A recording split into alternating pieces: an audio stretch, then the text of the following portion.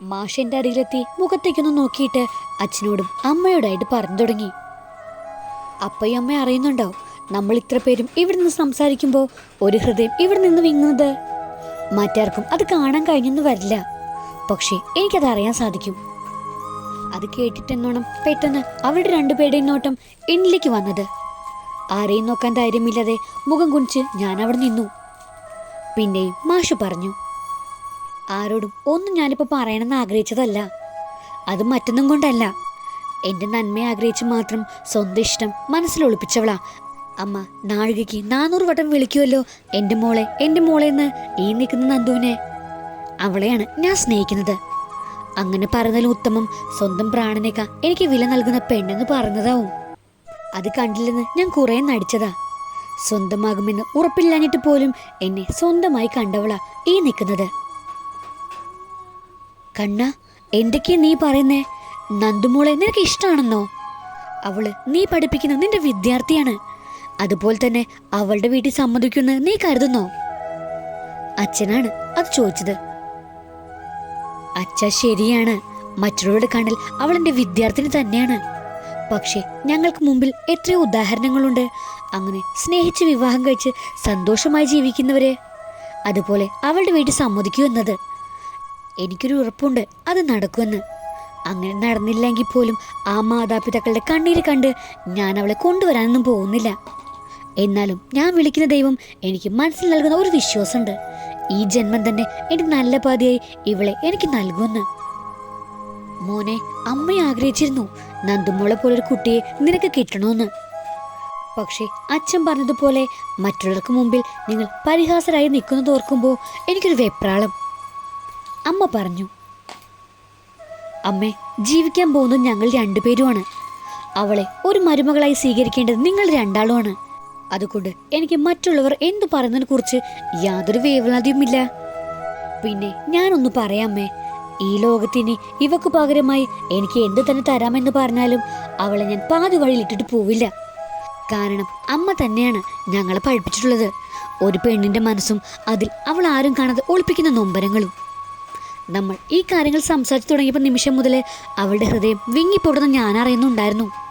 അതൊന്നും കണ്ടില്ലെന്ന് നടിച്ചും ഇല്ലെങ്കിൽ കുറച്ച് പണവും പ്രതാപമുള്ള ഒരു പെണ്ണ് വരുമ്പോൾ ഈ നിൽക്കുന്നവളെ ഇട്ടിട്ട് പോവാനോ എനിക്ക് കഴിയില്ല. മാഷ് പറഞ്ഞത് കേട്ട് ഞാൻ കരഞ്ഞു പോയിരുന്നു. പെട്ടെന്ന് തന്നെ വർഷ എന്നെ വന്ന് ചേർത്ത് പിടിച്ചു. മോനെ, ഇവളൊരു മരുമകളായി കാണാനല്ല, എന്നും ഞങ്ങളുടെ മകളായി കാണാൻ കഴിയും. ഞാൻ നിന്നോട് പറഞ്ഞില്ലേ, അത്രമേൽ ശുദ്ധയായ എൻ്റെ കുട്ടി. ദൈവം സഹായിച്ച എല്ലാം മംഗളമായി നടക്കട്ടെ. ഞങ്ങൾ സംസാരിക്കാം മോളുടെ അച്ഛനോടും അമ്മയോടും, അമ്മ പറഞ്ഞു. വേണ്ടമ്മേ, ഇപ്പോഴൊന്നും സംസാരിക്കാൻ നിൽക്കണ്ട. ഇവളുടെ കോഴ്സ് കഴിയട്ടെ. അതിനിടയ്ക്ക് നമ്മൾ ഇവിടെ സംസാരിച്ച അതിൻ്റെ പേരിൽ എന്തെങ്കിലും പ്രശ്നം ഉണ്ടായാൽ അത് ബാധിക്കുക അവളുടെ പഠിപ്പിനെ മാത്രമാവും. അതുകൊണ്ട് തന്നെയാണ് തൽക്കാലം ആരോടൊന്നും പറയണ്ടെന്ന് ഞാൻ കരുതിയതും. മാഷ് അത് പറഞ്ഞു നിർത്തിയതും അമ്മേൻ്റെ അരികിലേക്ക് വന്ന് ചേർത്ത് പിടിച്ചു. അതുവരെ പിടിച്ചു നിന്ന സങ്കടമെല്ലാം ഒരു കണ്ണീർ കടലായി തന്നെ ഞാൻ അമ്മയുടെ മാറിൽ ചാരി നിന്ന് കരഞ്ഞു തീർത്തു. എന്തിനാ എൻ്റെ മോള് കരയുന്നത്? അമ്മയ്ക്കും അച്ഛനും എൻ്റെ മോള് എന്നും മകൾ തന്നെയാണ്. കണ്ണം പറഞ്ഞതുപോലെ മോളുടെ പഠിത്തമെല്ലാം കഴിഞ്ഞിട്ട് ഞങ്ങളായി തന്നെ വന്ന് സംസാരിച്ചോളാം വീട്ടില്, അമ്മ പറഞ്ഞു. അമ്മയും അച്ഛനും എന്നോട് ക്ഷമിക്കണം. നിങ്ങൾക്ക് മുമ്പിൽ ഇതുവരെ എല്ലാം ഒളിച്ചു വെച്ച് നാടകം കളിച്ചതിന് എന്നോട് ദേഷ്യം തോന്നരുത്. എന്തിനാ ഞങ്ങളുടെ കുട്ടി ഇങ്ങനെ സങ്കടപ്പെടുന്നത്? ഒരു നാടകവും എൻ്റെ മോള് കളിച്ചിട്ടില്ല. കണ്ണം പറഞ്ഞതുപോലെ ഞങ്ങളുടെ വീട് ഉറങ്ങിയതുപോലായി. കുഞ്ഞുമോൻ പോയതിൽ പിന്നെ. പക്ഷെ ഇപ്പോൾ ഇങ്ങനൊരവസ്ഥയിൽ ഹോസ്പിറ്റലായിട്ട് പോലും എൻ്റെ മോളുടെ ചിരിയും സംസ്ഥാനത്തിലൊക്കെ ഞാൻ അറിഞ്ഞതാണ് ഞങ്ങളുടെ സന്തോഷത്തിൻ്റെ ഒരു മടക്കം. കണ്ണു നിറഞ്ഞുകൊണ്ടാണ് അച്ഛൻ അത്രയും പറഞ്ഞത്. ആ കണ്ണീര് കണ്ടതും അമ്മയിൽ നിന്നും മാറി അച്ഛൻ്റെ അരികിലേക്ക് ചെന്നു ഞാൻ. ആ കണ്ണുനീര് എൻ്റെ കൈകൊണ്ട് തന്നെ തുടച്ചു നീക്കി. ഇനിയും എൻ്റെ അച്ഛൻ കരയണ്ടാട്ടോ. മകളായിട്ടല്ല, അച്ഛൻ പറഞ്ഞതുപോലെ കുഞ്ഞുവായി ഞാനുണ്ടാവും എന്നും നിങ്ങൾക്കൊപ്പം. ഈശ്വരന്മാര് എനിക്കിപ്പോൾ നൽകിയിരിക്കുന്നത് സ്നേഹിക്കാൻ മാത്രമറിയുന്ന 2 അച്ഛനമ്മമാരെയാണ്. ആ നിമിഷം അച്ഛൻ എൻ്റെ നെറുകിൽ തലോടിക്കൊണ്ട് പറഞ്ഞു, ഇനി എനിക്ക് മക്കള് 3 അല്ല 4 പേരാണ്.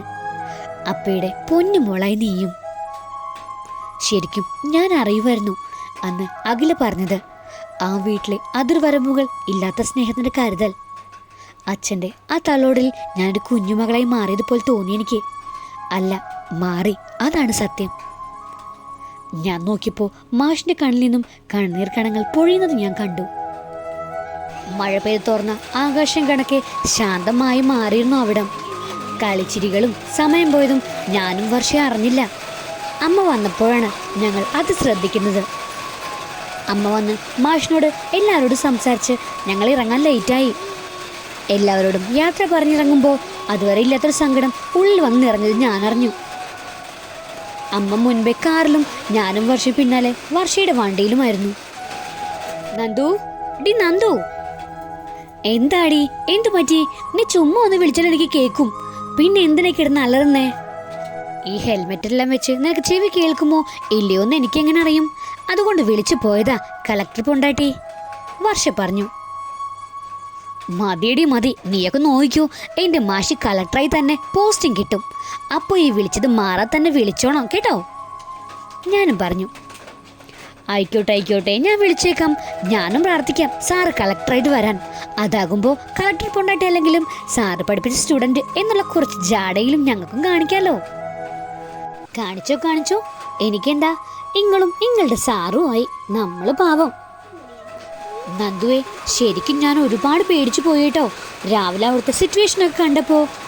ഒരിക്കലും കരുതിയില്ല സാർ അവരോടൊക്കെ അങ്ങനെ സംസാരിക്കുമെന്ന്. അപ്പോൾ നീ എൻ്റെ അവസ്ഥ ചിന്തിച്ചു നോക്കാത്ത എന്താ വർഷേ? മാഷിൻ്റെ അരികിലേക്ക് വന്ന് അച്ഛനോടും അമ്മയോടും സംസാരിച്ചു തുടങ്ങിയപ്പോൾ തന്നെ ഞാൻ ഉറപ്പിച്ചു ഇനി അവർക്ക് മുമ്പിൽ എനിക്കൊരിക്കലും വരാൻ കഴിയില്ലെന്ന്.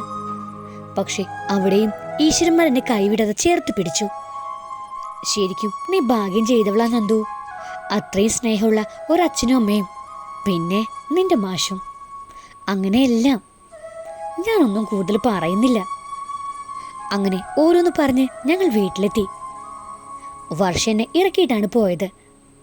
ഞാനമ്മ ഫുഡ് കഴിക്കുമ്പോഴാ അമ്മ പറഞ്ഞത്, നന്ദു, ആ വന്ന പ്രപ്പോസല് അത് വേണ്ടെന്ന് അച്ഛൻ അവരോട് വിളിച്ചു പറഞ്ഞിട്ടുണ്ട്. നിന്നോട് പറയണമെന്ന് അച്ഛൻ വിളിച്ചപ്പോൾ പറഞ്ഞായിരുന്നു. അച്ഛനോട് ഞാൻ അപ്പം തന്നെ പറഞ്ഞായിരുന്നു ആ ആലോചന വേണ്ടെന്ന്. അച്ഛൻ വന്നിട്ട് എനിക്ക് നിങ്ങളോട് രണ്ടുപേരോടും കുറെ കാര്യങ്ങൾ സംസാരിക്കാനുണ്ട്. നന്ദൂട്ടി, നിന്റെ ചെറിയ മാറ്റങ്ങൾ പോലും പെട്ടെന്ന് മനസ്സിലാക്കാൻ ഞങ്ങൾക്ക് സാധിക്കും. നീ പറയാൻ പോകുന്നത് എന്താണെന്ന് എനിക്കൊരു ചെറിയ ധാരണയുണ്ട്. എന്തായാലും ഏട്ടൻ വന്നിട്ട് നമുക്കത് സംസാരിക്കാം. അമ്മയുടെ സംസാരത്തിൽ എന്തൊക്കെയോ ചെറിയ ചില സംശയങ്ങൾ ഉള്ളതായിട്ട് എനിക്ക് മനസ്സിലായി. ഇനി അവിടെ ഇരുന്ന് പന്തിയെല്ലാം തോന്നിയത് കൊണ്ടാ പെട്ടെന്ന് തന്നെ ആഹാരം കഴിച്ചിട്ട് ഞാൻ റൂമിലേക്ക് പോന്നു. അപ്പോഴാണ് മാഷിന്റെ കോള് വന്ന് കിടക്കുന്നത് കണ്ടത്. ഉടനെ തന്നെ ഞാൻ തിരിച്ചു വിളിച്ചു. ഹലോ മാഷേ. നീ എപ്പോ വീട്ടിലെത്തി നന്ദു? അപ്പോഴാണ് എനിക്ക് ഓർമ്മ വന്നത്. വീട്ടിൽ വന്നിട്ട് എന്നോട് വിളിക്കണമെന്ന് പറഞ്ഞതാ. ദൈവമേ, ഇന്ന് എനിക്ക് തൃശ്ശൂർ പൂരാവുമല്ലോ. നിന്നോട് ചോദിച്ച കേട്ടില്ലേ നന്ദു? മാഷേ, വന്നിട്ട് അമ്മയുടെ കൂടെ തിരക്കായി പോയി, അതാണ് വിളിക്കാൻ പറ്റാഞ്ഞേ. ഇപ്പോ ഫോൺ എടുത്തേ ഉള്ളൂ. ഇത്ര വൈകി ഇവിടുന്ന് പോയിട്ട്, അതും വർഷയോടൊപ്പം ചെന്നിട്ട് ഒരു മെസ്സേജ് മതി എത്തിയെന്ന്. ബാക്കിയുള്ളവരുടെ ടെൻഷൻ അറിയാലോ. എന്റെ പൊന്നു മാഷേ, എനിക്കൊന്നും പറ്റിയിട്ടില്ല കേട്ടോ. ഇങ്ങളങ്ങനെ ഒറ്റയ്ക്ക് ഇവിടെ സന്തോഷിക്കാൻ വിട്ടിട്ട് ഞാൻ പോവില്ല. ഞാൻ നേരത്തെ പറഞ്ഞതറിയാലോ, ഇങ്ങളെ കൊണ്ട് മാത്രമേ ഞാൻ പോവൂ. ആയിക്കോട്ടെ, കൊണ്ടുപോക്കോ. എന്നോടൊന്ന് പറയണം എവിടെ പോകുന്നെന്ന്.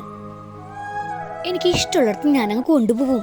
പിന്നെ എൻ്റെ പൊന്നുമോളൊരു വാണിങ്, IAS ട്രെയിനിങ്ങിന് പോലെ പെമ്പിള്ളാരെ നോക്കിയെന്ന് ഞാൻ അറിഞ്ഞ സത്യമായിട്ടും ഞാനങ്ങ് വരും. നോക്കാതിരിക്കാൻ എൻ്റെ കണ്ണ് കുഴപ്പമൊന്നുമില്ല നന്ദു. അതാകുമ്പോൾ ഫോണിൽ പഠിപ്പിക്കാതെ നേരിട്ട് പഠിപ്പിക്കാലോ. എൻ്റെ ദൈവമേ, ഇങ്ങക്ക് എന്നെ പഠിപ്പിക്കണമെന്നല്ലാതെ അല്പം പോലും റൊമാൻസ് ഇല്ല മനുഷ്യ എന്നോട്. റൊമാൻസ് ഒക്കെ എക്സാം കഴിഞ്ഞ് ആ കഴുത്തിൽ ഞാൻ സൂക്ഷിച്ചു വെച്ചിരിക്കുന്ന താലി ചാർത്തിന് ശേഷം. എന്റെ മാഷെ, റൊമാൻസ് ഇല്ലെങ്കിലും സ്നേഹത്തോടെ 2 വാക്ക് പറഞ്ഞൂടെ എന്നോട് ഈ പഠിപ്പിനെ പറ്റിയല്ലാതെ? പഠിപ്പാണ് ഇപ്പൊ നിന്റെ ജീവിതത്തിലെ പ്രധാനം. ഇപ്പോ അതുകൊണ്ട് തന്നെ ബാക്കിയല്ല രണ്ടാമത്. മനസ്സിലായോ? മനസ്സിലായി മാഷെ. ഞാൻ ചുമ്മാ ആ ദേഷ്യം കാണാൻ വേണ്ടി പറഞ്ഞതാ. എനിക്കറിയാം നന്ദു. പിന്നെ മറ്റൊരു കാര്യം കൂടി എനിക്ക് പറയാനുണ്ട്. അതൊരിക്കൽ ഞാൻ നിന്നോട് പറഞ്ഞതാണ്, ഒന്നുകൂടി പറയുക. ഈ ലോകത്ത് എന്തൊക്കെ തന്നെ വന്ന് പറഞ്ഞാലും നിന്നെ നഷ്ടമാക്കിക്കൊണ്ട് എനിക്കൊന്നുമില്ല. അതുപോലെ തന്നെ നിനക്ക് പകരം ഈ ലോകത്ത് എനിക്ക് എന്ത് നൽകിയാലും പകരവുമാവില്ല. അതുകൊണ്ട് ഞാൻ ഇനി എന്ത് നേടിയാലും അഭിമാനത്തോടെ ചേർത്ത് പിടിച്ചു പറയും, ഈ പൊട്ടിക്കാളിയാണ് എൻ്റെ പെണ്ണെന്ന്. അറിയാം മാഷേ, പിന്നെ രാവിലെ ഞാൻ പേടിച്ചു പോയി ആ നടന്നു വന്ന വരവൊക്കെ കണ്ടപ്പോ. അതെന്തിനാ പേടിച്ചു പോയി നന്ദു? അതിന് മാത്രം ഒന്നുമില്ലായിരുന്നല്ലോ അവിടെ.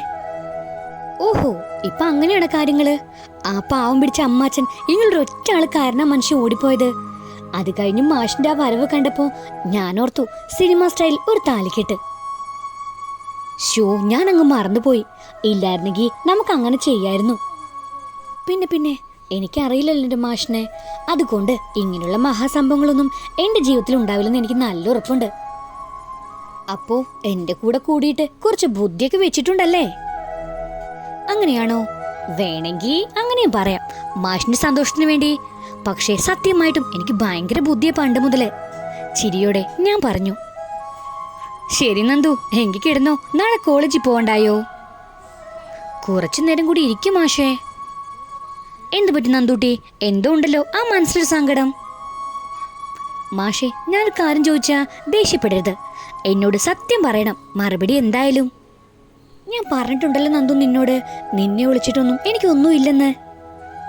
എങ്കിൽ ഞാൻ ചോദിക്കാം. അതെ മാഷേ, ഈ മെലഡി എന്താ ഇത്ര ചോക്ലേറ്റി ആയത്? കുറച്ചു നാളായിട്ടുള്ള സംശയം, ഒന്ന് പറഞ്ഞു താ. ഭയങ്കര അറിവുള്ള ആളല്ലേ, ഒന്ന് പറഞ്ഞു താ. ഇതിനുള്ള മറുപടി വാട്സപ്പിൽ നോക്ക്, ഞാൻ ഇപ്പൊ ഇടാം. എന്തായാലും അതെനിക്കുള്ള പണിയാണെന്ന് ഉറപ്പാണ്. മാഷിന്റെ മറുപടി കാത്തിരുന്ന് എനിക്ക് ആ മെസ്സേജ് വന്നു. ഈ ലവ് സ്റ്റോറിയുടെ ബാക്കി കേൾക്കാൻ നിങ്ങൾക്ക് താല്പര്യമുണ്ടെങ്കിൽ സബ്സ്ക്രൈബ് ചെയ്ത് സപ്പോർട്ട് ചെയ്യുക. കൂടുതൽ തന്നെ ബെല്ലൈക്കണും പ്രസ് ചെയ്യാൻ മറക്കരുത്. Thank you.